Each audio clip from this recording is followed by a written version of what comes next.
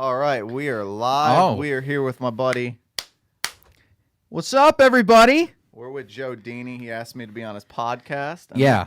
This is the first time I'm being on the other side of things. So, Well, I mean, hey, it's the first time for everything, right? yep, been doing radio for a while. So we're gonna be on someone else's show for a first time. For a change. Yes, let's do this. All right, Let's man. do it. I'm gonna let you lead in. All right. This is your show, Joedini Truths. Yep. Let's do it. All right. So here we are. We're going at it. So I already did my intro already. So this is the music, just the lead in, and boom, here we are. Yes, we are here. It's good to be with you. I actually wanted to be on your podcast now since we've been met. friends. Yeah, Yeah, I have since never we said met. it, but I've been waiting for the invite for some time now. Well, kind of get used to like a specific show to do this for because you're not a geek, so you wouldn't be on a geek show. Yeah. I was And- trying to wheedle myself in. I was like, "Is this geeky enough?" And you were like, He's "Oh, like, I can join." There's a rabbit hole that it goes down in, and then you might be like, what the fuck? Exactly. And you're not a woman, so you couldn't be on the all women show that I produce. I could be. We just won't have to let anyone know. Yeah, no. We'll be like, nope, that's her regular voice, We'll go back Just to the like- Miss Doubtfire days. Yeah, I'll we'll just put go on a back there. costume. which they're remaking. Yeah, I did see that. Oh. So that's gonna be a good one. All right. Well, I mean, hey, Mike, it's awesome. I mean, we've been friends for 2 years now since we've met in the improv. Yeah, almost 2 years. Oh, Almost fucking 2 years. A. But hey, man, what exactly are? I mean, I know you're doing a radio show. I mean, I know you the one that introduced me to this whole anchor thing. Yep, And- absolutely. And I just want to know, like, exactly what is it that you're all about? Because that's what I mean, I know, but, telling everybody on the show that doesn't know, because they're like, who's this Michael guy that you're going to be talking about? And why are you doing a video show? Yeah, absolutely, man. Well, I'm pretty much all about everything. We met at improv, but for the last 6 years, been in business working with my dad. We've grown our business now year over year. Pretty much we've been in the growth trajectory. Mm-hmm. So we do a lot of media. Since I came on board 6 years ago, we started a radio show, and we do a radio show on 1290 WJNO. So we're on the local media, a little bit of old school. Yeah. But we do all the content. I run the marketing, so we do all the content, the YouTube, the Facebook, and then our radio show that's been going now for 6 years. Woo. And then I do a little bit of everything on the side. So I would call myself kind of a jack of all trades. I box, yeah. improv, Yep, you side got- businesses, eBay. So do a little bit of everything. That's actually the eBay store right there over in the corner. So a little bit of everything, but mainly working in business and then doing a lot of marketing. So we like to be creative, and the radio show's something for us that's create a lot of business over the last 6 years. So we've just been doing radio, and my first show, I still have it. I was not that good. So it's No one is. It's absolutely. It's took 6 years. 6 years ago, clients would tell me I was awful and shouldn't be on the show. Now they're telling me how great I am. So it's been a 6-year journey to actually get good at radio and able to kind of just do videos and, create anything creative on the spot. Yeah, for me, it took 2 years. Yeah. But, it's different for everybody. We're all wired differently. Yeah. So the fact that, it took you that amount of time, not everybody is, accustomed to using their voice the way that they use their voice. Yep, absolutely. 6 years is a long time, and I don't know how many times I almost walked off set, cursed myself under the breath. The bloopers and outtakes at one point will probably be put together, but Yeah, it it's should be. savage. So Oh, I bet, because that's like the people go for like news bloopers all the time on YouTube. Like Yeah. that's just those savage moments, like top 10 savage moments of 2018. It's amazing how many things you can find on YouTube and all that shit. yeah, and being that we do it with my father, they'd be pretty shocked at some of the conversations that have happened behind the scenes. So when people tell me that was a great take, I'm like, you should have seen the first 10 where you're going at each other's throats. Oh no, film production's like that too. Exactly. I used to be a cinematographer for my friend. We used to do like these short films, like short horror films. The stuff that we had to do is like, that shot's not good. Let's try that again. 2 hours later. All right, we've gone through like 100 takes. Yeah. Let's see which one works, and none of them worked. Well, I will according say to them. this. I've noticed that people that are in the media or athletes in general tend to be good at a lot of things because you either quit early on or you're very used to consistently failing and making bad content. Yes. And you just have to keep going until you get the right one. So media personalities, athletes, they seem to transition into other business type endeavors pretty well Yeah. because they're used to failure. Of course. And a lot of people aren't not accustomed to that. That's one of the things that I've been trying to, tell everybody on one of my other shows is about, like, don't worry so much about failing your first time. Like, if you're going to fail, you're going to fail. But learn from it and try to do something out of it. And then they're like, well, I'm trying to do like I'm trying to do a good quality and my first time around, and I can't afford it. So it's like, no, don't worry. You're overthinking this. Stop overthinking. Just do it. Even if it sucks, learn from it and then do it again. And then just keep going. And that's, it's different for everybody. Some people, I was reading a tweet from one of my fans that was saying, I'm going to do quality over quantity.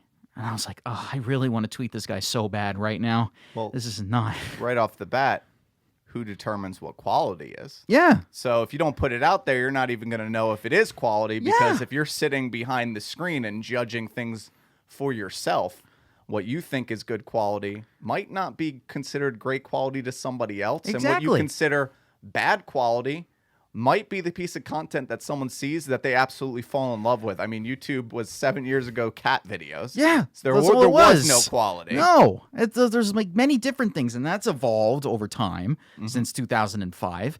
I still do Google Hangout to record one of my shows, and people are like, well, the quality, you're only just seeing like the little avatars. It was like, yeah, but people, they prefer the stories that we're telling rather than seeing visuals.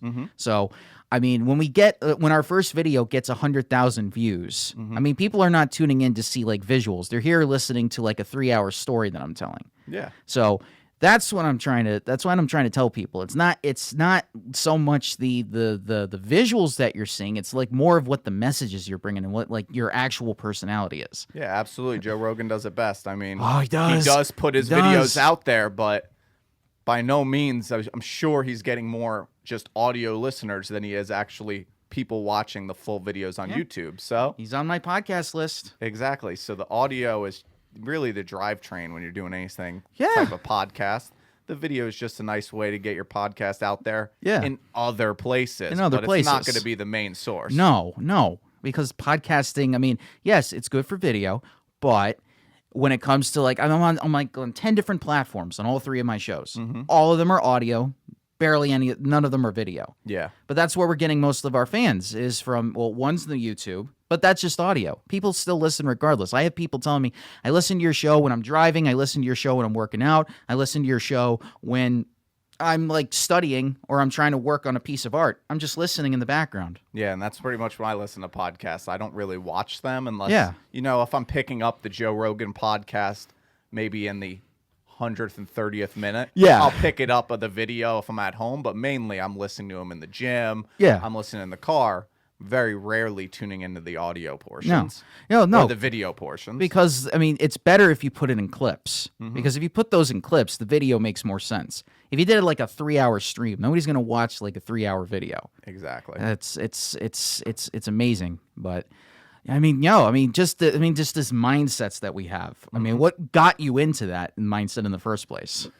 Oh, man, my mindset, I've been fortunate, to be perfectly honest. I've been talking about this a lot with people. So my mindset is a product of, I would most likely say, product of my environment.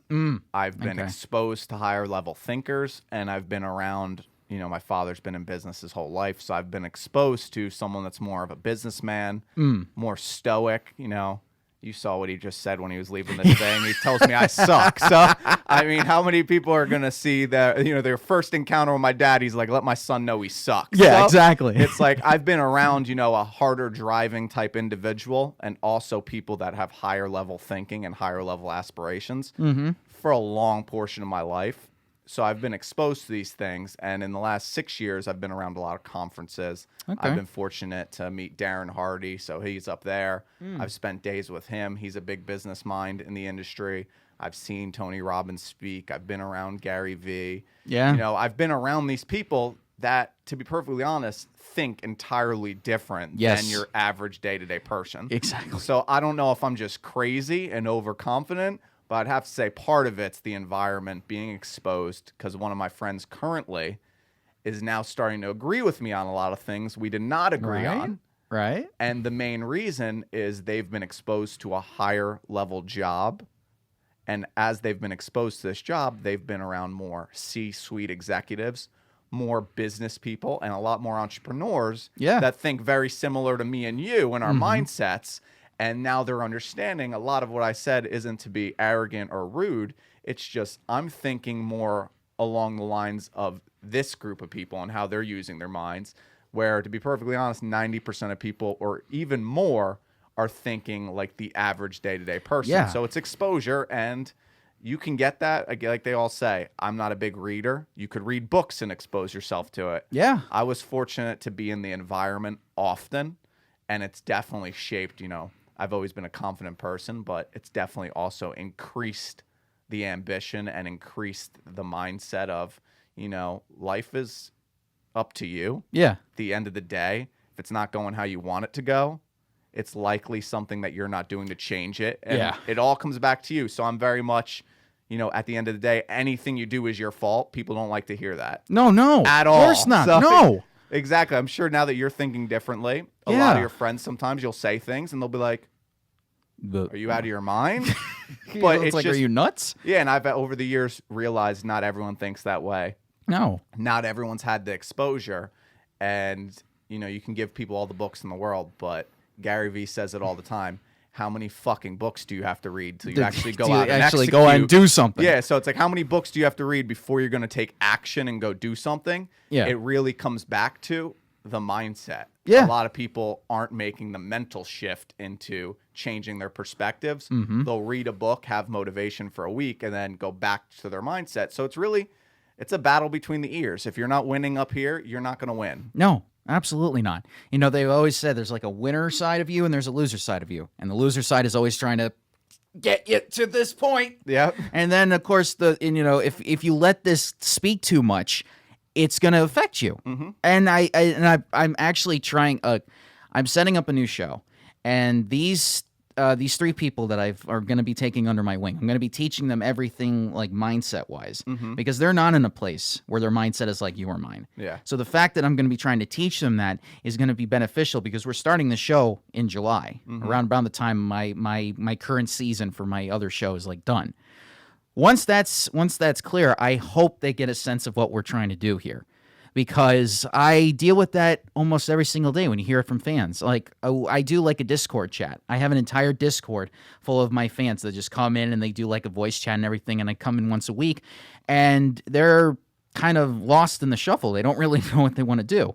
And even when it comes to like streaming, it's like, well, I only get like 5 people watching me playing games. I'm like, that's better than just no people, right? Yeah, absolutely. One is better than none. Yeah, one. Yeah, 5 is better than 1. It's like anything is better than nothing. Yeah, and it's also perspective right off the bat. Yeah. If you really want to break it down to its core, there's a human being. Say you made a 30-minute video on YouTube. If one person watches that entire 30 minutes, they just gave you 30 minutes of their life. Of course. That's pretty impressive. Yeah. Now, obviously, you want 1 million views. It would be an ecstatic feeling, but having that one view, even though it's not your goal in the end, that one view is just as important, because that person's decided to give you their time and actually watch your content, because not all content's good. If people are watching your stuff, that in and of itself is a win. Yeah. And many people don't look at it like that. No, they don't. And I put a message on Facebook. I'm in the Anchor community, and I asked, like, okay, what are you doing in 2019 that's going to be different than what you did this year? Somebody reached out and I said, well, what is it that you're talking about? Are you going after numbers, or are you going after your audience? If you're going after numbers, you're not going to get anywhere. If you're going after your audience is going to be providing you with the success that you want, and that audience is going to build and build depending on how well you stick to your plan. Yeah, absolutely. Absolutely. And you mean, you could even, I was just talking to my buddy yesterday, sometimes you can just go for numbers. Go for the numbers. You may even get some numbers, but you're not going to last. No. So it's like there's a lot of people building businesses. Some of them want the quick buck. They don't really have concern for the end consumer. Yeah. And they may make $1 million in year one, but 5 years from down the road, that business is out of business. They're no longer around. Where there's another business, starts at the same time, sells the same product, but they're thinking about Joedini first and foremost. Yeah. While they're growing that business, it's all about you. Mm-hmm. So year 1, they make 100,000. But in year 5, they make 5 million because they've stayed consistent to the consumer. Yeah. It's a longer journey. Some people want the money and the success right away, but at the end of the day, you have to be willing to put in the work. You have to be willing to do it over the course of time and be consistent, because consistency is really what's going to get you there. And not everybody has that discipline. Oh, no. I mean, I do this show every day, even if it's for 2 minutes. Yeah. Like last night, I just did a 2-minute episode because that was all the time that I had to do an episode. Mm-hmm. I just took my phone, went on Anchor, and I said, hey, guys, keep going strong. And that's the message that I said in that 2 minutes. Mm-hmm. It doesn't matter if it's like an hour or 2 minutes. It's like, as long as you're putting something out that somebody is going to be like listening to. And that is, I think that's important. It's like the consistency is okay. You either do it daily, weekly, but it's tough doing it bi-weekly because people will just lose interest because they think that you don't have the interest to do this. If they don't feel that you're good enough with doing this, then they're not going to watch you because they don't feel like the authenticity and the realness. The audience always knows. If you don't want to be there, they absolutely know about it. Yeah. If you're even in a public situation, people can sense when you do not want to be there. Yeah. And if you're trying to put on a front or sell something, Mm-hmm. once people realize your end goal is to get out of that room, they don't want to do business with you because you're not thinking about them. So you always have to be thinking about the consumer, because if you're not, they can tell. Yeah. And that's important. Why? And it's amazing how we have to think about this on our own. And we don't have, usually people don't really tell you this, unless, of course, you've been in an environment like you've been. Me, I got all of the information from you. Because when we met at the Improv and then we were hanging out with John and we were just having lunch one day and he just introduced us to all this shit, that was when the mindset changed for me, because I was still just like a regular kid, still in a job that I didn't like doing a show which just happened to be getting the success that it got. Yeah. But, it was more than just that. So I thank you for that, first of all. But you don't get that a lot. I mean, it's always, that's why I've always say you got to put yourself out there, because you never know who you're going to meet along the way. Yeah, absolutely. We wouldn't be doing this right now if we didn't do improv. Absolutely. And at the end of the day, I'll remember that we were at Howley's and I just went off on one of my rants. Yeah. So I'm sure I cursed a lot in the process too. Oh, yeah. Exactly. So I was probably like, it's up to you, yada, yada, yada, just go fucking do it. And that's it. At the end of the day, everybody has their problems. But you can always, even in your personal life, if you're not liking the direction it's going, but, not a lot of people like to hear this. For example, abused women, it's your fault. At the end of the day, it's your fault because you could walk away. Yeah. So you don't want to be told that. It's like you're choosing to allow this to continuously happen. Now, I'm sure there's scenarios where, you cannot get out. And it's beyond your control. Yeah, there's some situations, but 80% of people that are abused could just walk away. They don't. But if they would go to the counselor and probably say, hey, life's not fair, it's not my fault. Counselor might even sit there and actually agree with them, because a lot of counselors don't try to change your mindset. No. They'll just tell you, oh, that's how you feel. But at the end of the day, if I was your counselor, I'd be like, do you have a place to go? Yes. So if you're getting abused still, it's your fault. You could leave, but you choose not to.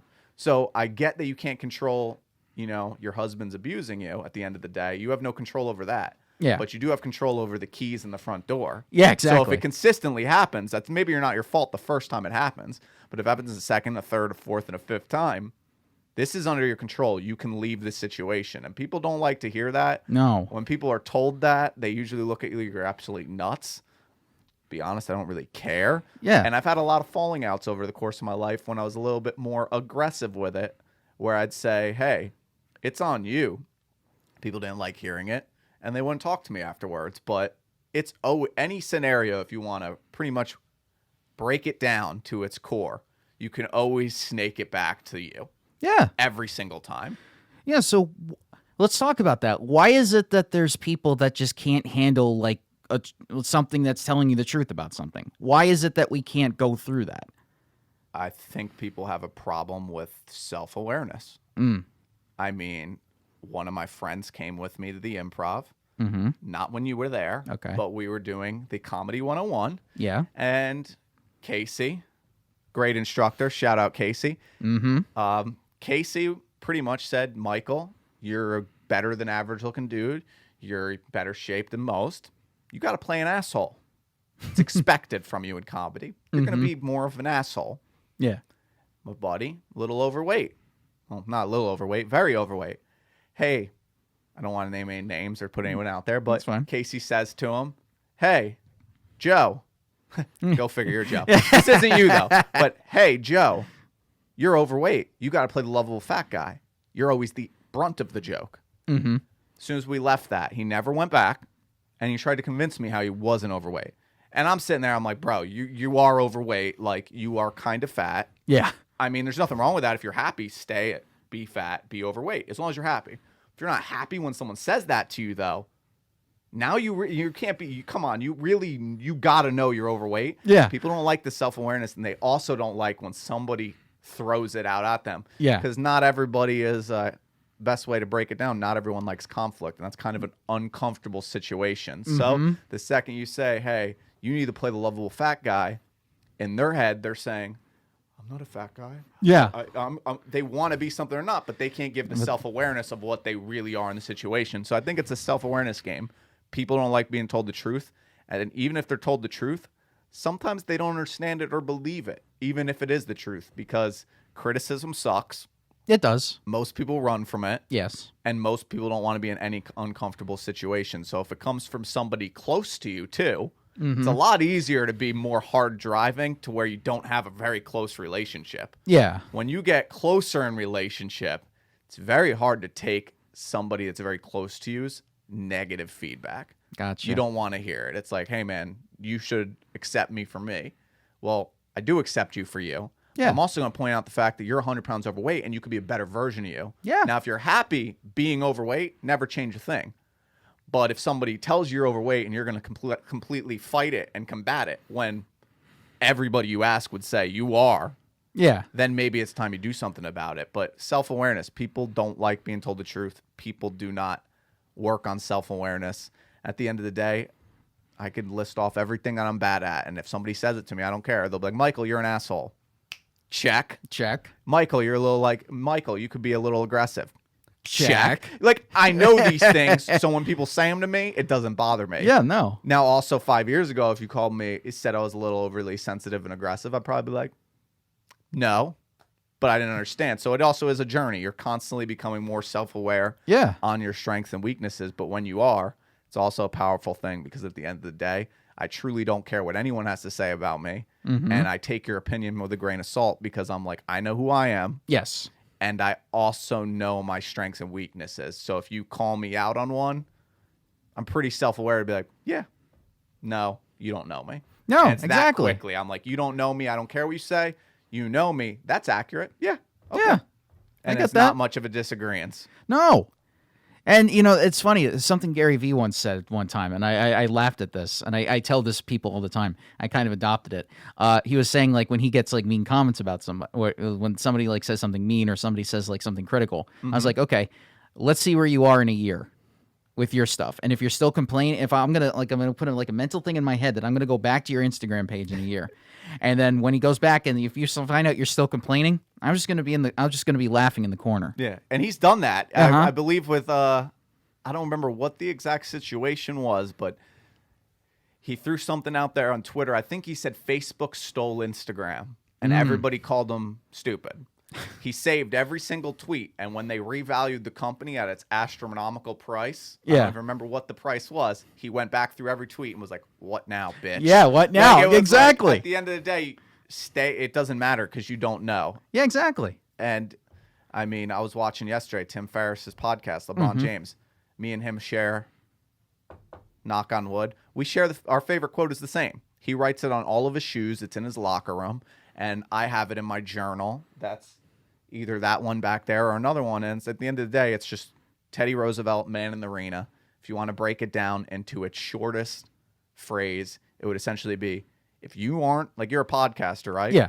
If you're not a podcaster, you're not in the arena, your opinion means fucking nothing. Yeah. It's that simple. I don't care what you say because you're not doing it. Yeah. And that's kind of when he was younger and immature, he said he gravitated towards that quote because he was like, I didn't know how to be mature enough because I was so young to really think above. So when he read that, it was like, I'm just going to make that my mantra. Like, if you don't play basketball, like all these critics are like, you should do X, you should do Y, you should do Z. He's like, you're not on the court. You're not in the arena. Your blood, sweat, and tears aren't here. I don't care what you say. Exactly. And it's like, what was it? Like 99.9% of the time, you don't know what's going on in their head. Exactly. So that is an essential thing. And you'll have critics that will hear what you said and like, well, you don't need to be a player to criticize basketball. You don't need to be a baker to criticize people that make bad like cakes. Yeah. Or whatever like that. Yeah, but if you want your opinion to be valued by those people, you do. Yeah. You could say whatever you want. I mean, there's commentary. People make millions of dollars being commentators. Yeah. Your opinion matters. I listen to it. But to someone that's doing it, they don't care. Yeah. Like, well, I watch Skip Bayless, who makes fun of LeBron James and course, value all his the time. opinion somewhat. Yeah.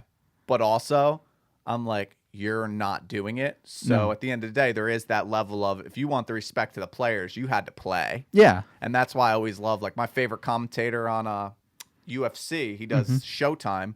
And he does boxing as Brendan Schwab. Oh, yeah, Because he was a fighter. So when he talks and he criticizes, it's like, you can get in there and hang with these dudes. So your opinion's very much respected. Yes, because as opposed to a Max Kellerman who's like, oh, this guy knows how to box. He throws his jab. It's like, do you even know how to jab? Yeah, do you know how to do that? Probably not. So or maybe he does, but the respect level, there's a difference when you're in the arena. Of course. And it's even interesting too, like when other people that have been in the business and they criticize you, even if it's on a podcast like this, where if somebody's like I watched your fight and this is everything that you did wrong, and I think you're not going to be in the situation for the rest of your career. Yeah, I would take their opinions over because they have been in that situation before. Yep. You know, in a situation like with me podcasting, if I was hanging out with another podcaster and they had like way more experience and a lot more success, and they've been in that situation, then I know for a fact that I can take those into account. But if somebody just posted, like I had a comment today, it says like, oh, well, because you don't have the visuals, you're not a good podcaster. I was like, hello. Yeah. I'm sorry. Do you not have I've looked on your channel. You don't have a podcast. Yeah, and it's probably someone that to them a podcast is a YouTube video, and you'd be like, that's not even a podcast. No, it's just a video. Yeah, there's a reason. Podcasts are long form. Nobody wants to listen to super long form media. And like a 3-hour podcast I'll listen to. I am not watching. There's a reason why no movies are 3 hours long. No. It's different. It's different. People don't even get that. They'll be like, you don't have video on your podcast. Well, it'd be nice. It would. But that's not a podcast. No. And it differs with every different freaking show. And, you know, you just gotta keep going. I mean, see, even if people are just trolling you, you just gotta keep going because they'll be like, you could just put them off to the side and they could just keep going all they want. If they parody you, that's like, wow, your channel just became a parody of me. Thanks for the notoriety. Yep. I even had like a famous YouTuber call me out because I did an episode on him and he was like going off on me. So it's like, oh, your episode was just like all about this and this and that. And I was like, oh, I said, first of all, A, thanks for the free publicity. Yeah. And B, I don't care what you say. So that's pretty much what I said in one of my videos. So I'm all for that. I mean, I'm all for it's like, okay, just do your thing and just don't care what other people think about you. Unless, of course, it's somebody that's really into it and knows what they're saying and can give you that advice. Yeah, or you just adopt the Gary V, which is F them all. F them all. Or just you go that route, which is I don't even care what my wife thinks. So at the end of the day, I think I saw yesterday someone was like, don't you care that you curse? And he was like, no. I don't give a shit. He's like, because at the heart of my chest, the word F wants to come out and anything else will be all authentic. Yeah. So then they immediately followed up, well, do you curse around your kids? He's like, yeah, if I curse around my kids. He's like, nothing changes. He's like, because when I go to the school and their teacher says, oh, well, Sally curses, you shouldn't curse. He's like, it's like immediately goes back to, yo, look what I'm doing. Yeah. I get that you think it's a problem, but he's like, to me, it's about a non-issue. Yeah. He's like, I'm cursing and I'm doing all right at the end of the day. So he just truly doesn't care, which is quite a free place to be. Yeah, and that's all. That's what the beautiful thing about having this freedom is, because you're I was stuck in a place where you couldn't have that freedom for 5 years. I was like that, and then when I finally left, and then I was able to do all this, and being able to still do a job which allowed me to still be free. Yeah. Felt great. Still feels great. And that's what I like. That's what I want to tell everybody about that. But okay, so one last thing before we go. I usually ask this to all the guests that I come on the show with. What is something that you're looking forward to in the future, and where do you see like your ideas going further down the line? What do you see it going, positive, negative, however you think? Just let it out. Let me know, what do you think is going to happen? Well, for 2019, it's going to be quite a crazy year, I'm sure. Probably expect to grow here. And I guess this will be the first place I discuss it. So you kind of seen me sending you things. So 2019, we'll be going in the journey of continuously growing the Educated Wealth Center where I work now. But also me and one of my friends are starting another business, Spotlight CBD Club. Ooh. We actually just got our LLC, so we're now protected and able to say the name. So we're launching a subscription CBD company. The legalities around that are very gray, so we're working around that. But I'm expanding my personal business interest and looking to grow continuously going forward. I'd love to say, hey, we'd have a $10 million subscription company by the end of this year, but we don't know yet because we have to get to market. We're dealing with banking. But at the end of the day, positivity, growing, sharing ideas with the market, and then continuously working in business and entrepreneurship. I see an idea. If I'm excited about it, we're going to move on it. So me and my buddy now are starting to move into CBD, which is kind of the big thing going on now. A lot of bad we talked about it before. Yeah, we have. A lot of bad companies are getting involved. Me and my buddy were breaking down prices yesterday, and we're like, yeah, this company might do $1 million in sales this year, but they're not going to be around in year 5 because once the consumer wises up to the fact they're massively overcharging. Yes. Essentially what this company was offering is what we would offer 3 times the products for and higher potency. Yeah. So I'm like, once the market comes around, they won't be around. We will. So for 2019, just growing, working hard, and staying positive, because positivity for me is the key. It is. Winning the battle between the ears and consistently growing, because that's at the end of the day what I'm passionate about. Yeah. I want to grow. I don't necessarily want to be a billionaire, but if I do not grow each and every year, I get very frustrated and suffocated. So for me, it's a journey of growth constantly, and then really adjusting as we go. I know what I'm doing here is going to be good for 2019, but Spotlight CBD could turn into another company 6 months from now. So we don't know where that's going to take us. It's going to be a fun journey. Yes. And with that one, we're going to learn a lot and we're going to fail a lot, but it's going to be one hell of a memory. So that's, of course, that's 2019. And yes, and you'll have plenty of stories to tell when you get to that echelon point that you ever want to get to, or if you ever get there for that matter. Yep. And we're documenting every step along the way. So of now we'll course. start posting it, but we've documented everything we've been doing. So you'll get to see and watch the journey. So if we do break out and take off, everyone will get to see the beginnings. Of course. And I'm starting my own media company next year. So I've got to write down everything that I'm going to be doing for it, and I'm going to be documenting everything that I'm going through with it. So this is like all new to me too, but I'm going through the same mindset that you are. So this is going to be an exciting year, I think. I mean, every year is exciting, but every time, New Year's is my favorite holiday for a reason. New Year's is like the start of like a new event, like a new journey in your life. Whether you're still going on one now, you can eventually like do something with it, and it will make you even better. Yep, absolutely. I treat my New Year's as my birthday. So I get New Year's for business. Any personal life goals are on the April the 22nd. That's my New Year. So I'm a little bit different. Yeah, I totally understand. But yeah, man, New Year 2019, I agree. I'm looking forward to it. I have a feeling it's going to be the best year ever. Things are in a good place. And yeah, looks like you're going to have your best year ever too. So 2019 for both of us, I'll say it now, it's going to be both our best years ever. Yes. And that's a good thing to say because everything's bringing us up to this point, and now it's time to just continuously rolling. All right. Well, that's the time. That's all the time we got, bro. All right, man. All right. So with everything being said, I want to thank you for coming on. And who knows, maybe further down the line, we could do another one of these freaking episodes. Anytime. Yeah. Awesome. All right. Anytime. Bro time. Anytime. All right. See you guys. Hey everybody, thank you so much for tuning in. Really appreciate it. Hope you enjoyed the videos. If you got some more free time, I know you do, make sure you check this video out right here. And if you don't like that one, make sure you check this one out too, or just watch them both. See you guys soon.